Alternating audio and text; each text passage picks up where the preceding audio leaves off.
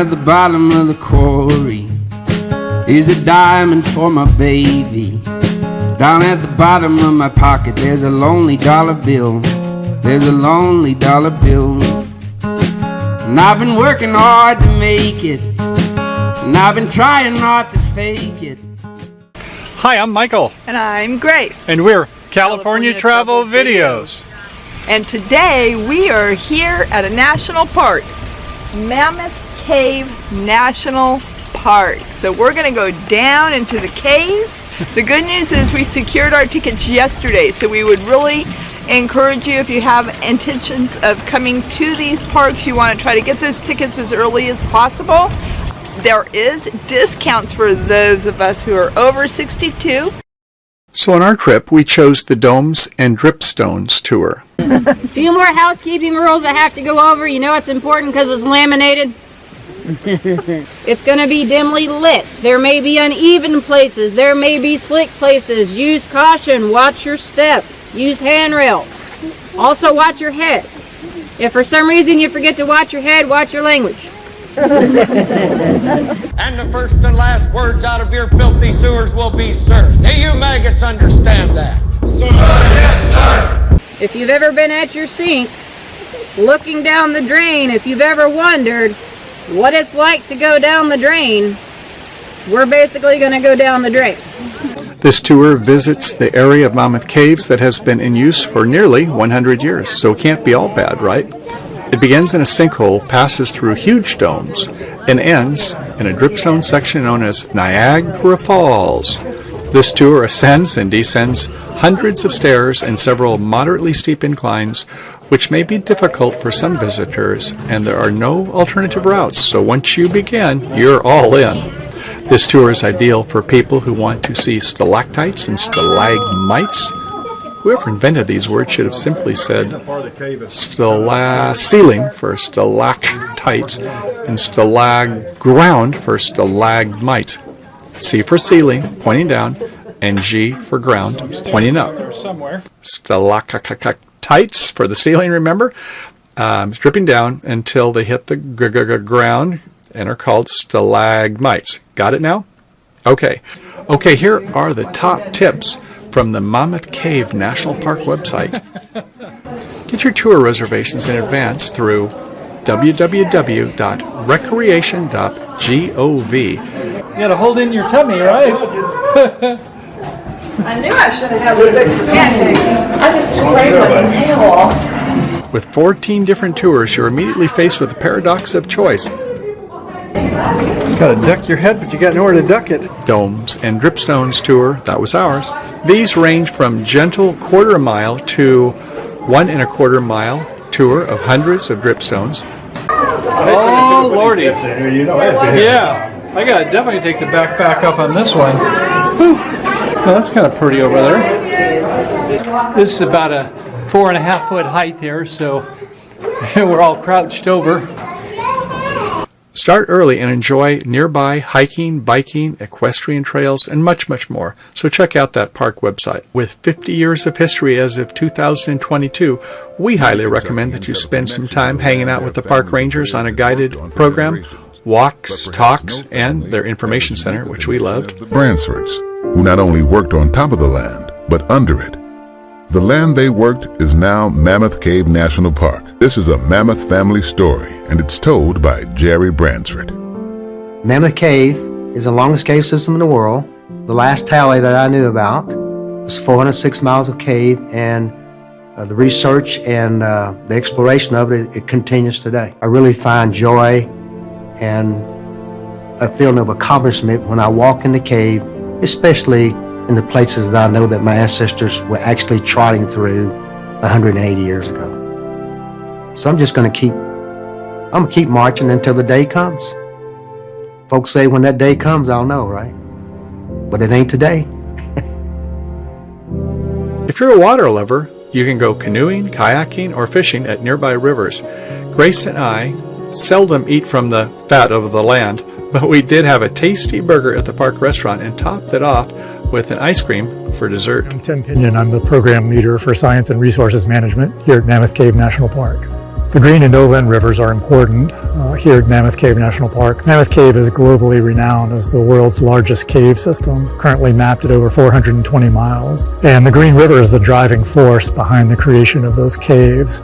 As the tributaries flowed for eons to meet the Green River, they went underground and carved out the cave system as we know it. I'm Rochelle Wright. I'm with Cave Country Trails. I've been their project director for about 3 years now. The Green and Nolan Rivers Blueway has been the first national water trail designated in the state of Kentucky. We're super excited to invite people to come and paddle the beautiful miles of river that we have here. My name is Jeff Bruce, and I'm an avid adventurer. When we come down here, one of the big things we do is canoe, and we usually do an overnight, maybe 2 nights, maybe 3 nights. We'll hit the whole Blueway all the way down, camp on the islands as we're doing it. This is where we stop. Look at all these seats here. This is the amphitheater. That water was going another 100 feet below us, where it was combining with underground rivers that are carving out passageways that look like this. Rain funneled underground, carved out the limestone, all the drips and trickles went to the bottom of the cave. At one time, this was the bottom of the cave. Underground rivers flowed through here, carving out these passageways. Their goal? To get to the Green River. That's the water table. Are y'all ready? I'm about to blow your mind. 250 feet below the surface. There are people canoeing and kayaking on the Green River right now. They are lower than we are in elevation. Can we do that?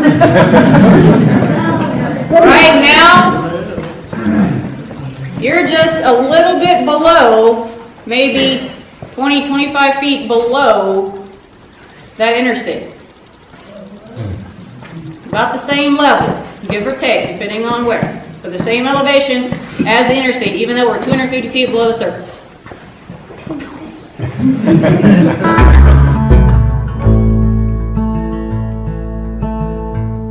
I read a story about a coal fire. It burned for 80 miles underground, under rivers and across the state line, without a flame, without a sound. It burned a building and some fence posts. When it come up from the dirt into the sky, and when they interviewed the town folks, they said that hell was on the rise. Now I'm looking out the window while you're sleeping. I'm scared out of my mind, oh no. I feel that fire creeping. Everywhere I go, always burns down. Everyone I love is trying to figure me out. And everything I knew, I buried underground. I saw a picture of a picture that reminded me of myself, like a coal fire burning underground. From up above it's hard to tell.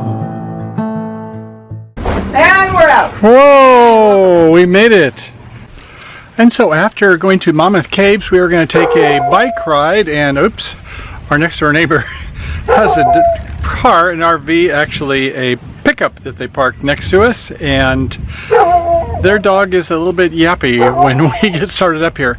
And this is a public service announcement because it's maybe in the 70s days, but it's quite warm on this car, and this dog is not happy at all. So I went ahead and with Grace we put some paper towels and scotch taped it in a position so that it wouldn't be quite so bad for the poor dog out there in the sun with the windows up except for a couple little spots there. So I think he's going to be okay.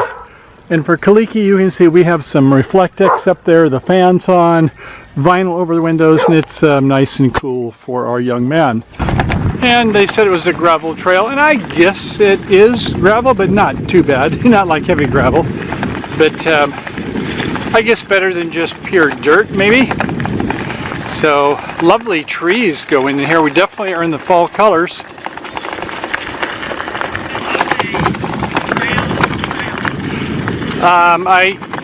Grace says this is rails to trails, but it would fool me because when you have the big dip like there, I can't imagine a railroad train, which has to be almost perfectly flat, that it could handle this.